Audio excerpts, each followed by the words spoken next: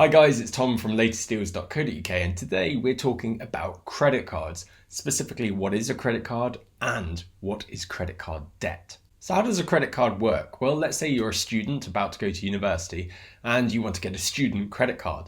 Well, you go to a bank or a company that gives credit cards and you borrow money from them. That money is in the form of a credit card. You then spend that money in your shops and at the end of the month you have to pay that money back with interest to the bank. And the important thing that I just mentioned there was paying the money back at the end of the month. Because if you don't pay that money back, that's when you get charged interest, and interest is a word you don't want to hear because it spells bad news. What is interest?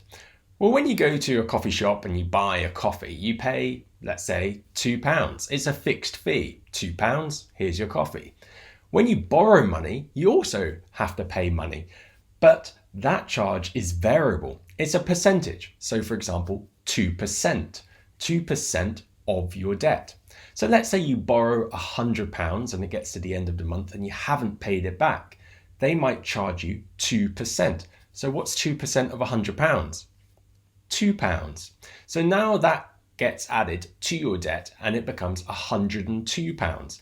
And this is where money and credit cards and interest can get a bit tricky. See, here's my friend here and he's got into a bit of a debt trouble with his credit card. Why? Because he let it build up.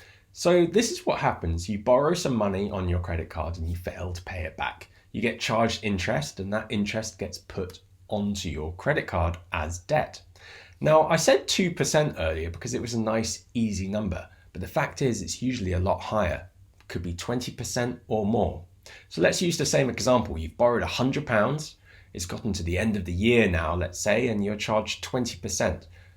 What's 20% of £100? £20. So your debt becomes 120.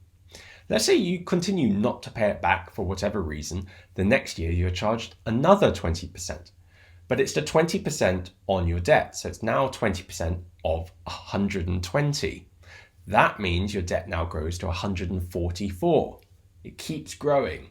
And if debt grows too big, you might struggle to pay it back at all. So there's a bit of a myth with credit cards that it's like free money. You get the card, it's got 0% interest for 18 months, spend it on whatever you want. Be careful. Don't go out and buy all the flashy cars, the nice handbags and whatever else you want. Debt does grow and eventually you always have to pay it back. So Tom, I've got a credit card and I've got loads of debt and I think I'm in this problem of persistent debt where I can't pay it off. What do I do? Well, don't panic. There are options available. And I'm going to share some of them with you, but I have to give a disclaimer. I'm not a professional. I'm sharing this for kind of educational purposes only. So if you do need help, always seek professional advice from a professional debt counselor. With that being said, tip number 1, if you've got lots of debt on one credit card that's very expensive, the interest rate's very high, you can move it to another credit card which may have a 0% interest rate. This is called a balance transfer card. You're moving your expensive debt over to a place where your debt becomes cheaper. A balance transfer credit card is very useful for reducing your debt, and I've got another full video all about them. So have a look on the Latest Deals YouTube channel under the playlist Credit Cards. The next tip is quite similar. It's to focus on paying off your most expensive debt first. Quite often people with credit card debt may have multiple credit cards, and those credit cards may have different interest rates. Focus on a credit card with the highest interest rate because that's costing you the most money. But remember, you must carry on paying the monthly minimum repayments on all your credit cards, otherwise you risk further fees and damage to your credit score. And the third tip, which many people are too scared to do for no good reason, and that's to talk to your credit card provider. Now, you may be feeling scared like, oh no, they're going to become aware of the problem and it's going to make things worse. No, they will want to help you, and it may be possible to create a repayment plan with cheaper interest rates to help you repay your debt. All they can do is say no, so it's worth a chance to have a call. So hopefully that gives you some guidance on what to do if you are already in some credit card trouble, or also to give you some insight that there are options if this does become a problem in the future. But of course, the best thing to do is to prevent it happening in the first place. So we're going to go through Tom's checklist of preventative measures so that when you get a credit card, you don't get into these problems. Number 1, set and stick to a budget. Having a credit card doesn't mean you have free, unlimited money to spend. You should only spend what you can afford to pay back each month in full. So work out what your outgoings are, what you spend your money on, and what you'll use the credit card for.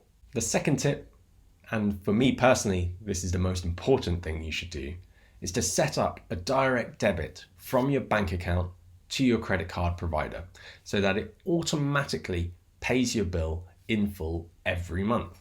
It's just like when you sign up to a gym membership or pay your Netflix. It's very easy to do and it's automatic, which gives you that peace of mind. You just need to make sure you've got money in the bank account, enough to cover the credit card debt. Number 3, like my friend here, you want to pay more than just the interest. That means you're cutting down your debt every month. I said in step 1 and 2, you should try and pay off your debt in full. If you can't, you definitely want to pay as much as you can. Number 4, be wary of 0% interest rate offers.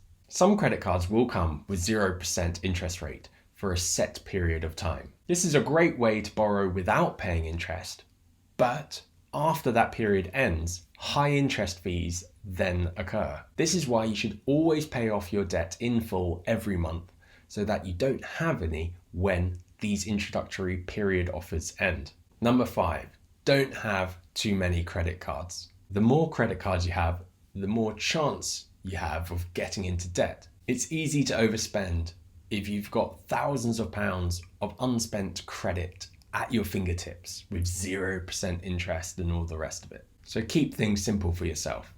If you need a credit card, and there are benefits to credit cards such as cashback or travel rewards or air miles and things like that. If you need a credit card, keep it simple. Just get one, focus it on what you need it for, and only spend for what you can afford to pay back. Thank you very much for watching. I hope you found this little introductory video into credit cards and credit card debt useful. I've made loads of videos on all the different types of credit cards. So that could be cashback credit cards, balance transfer credit cards, student credit cards, and more. Go to the Latest Deals YouTube channel and find our playlist, credit cards, and you'll see all of them there. We've also got full guides on our website, latestdeals.co.uk. Have a look online and please give this video a thumbs up if you found it helpful, or if you have any questions, pop it in the comments below.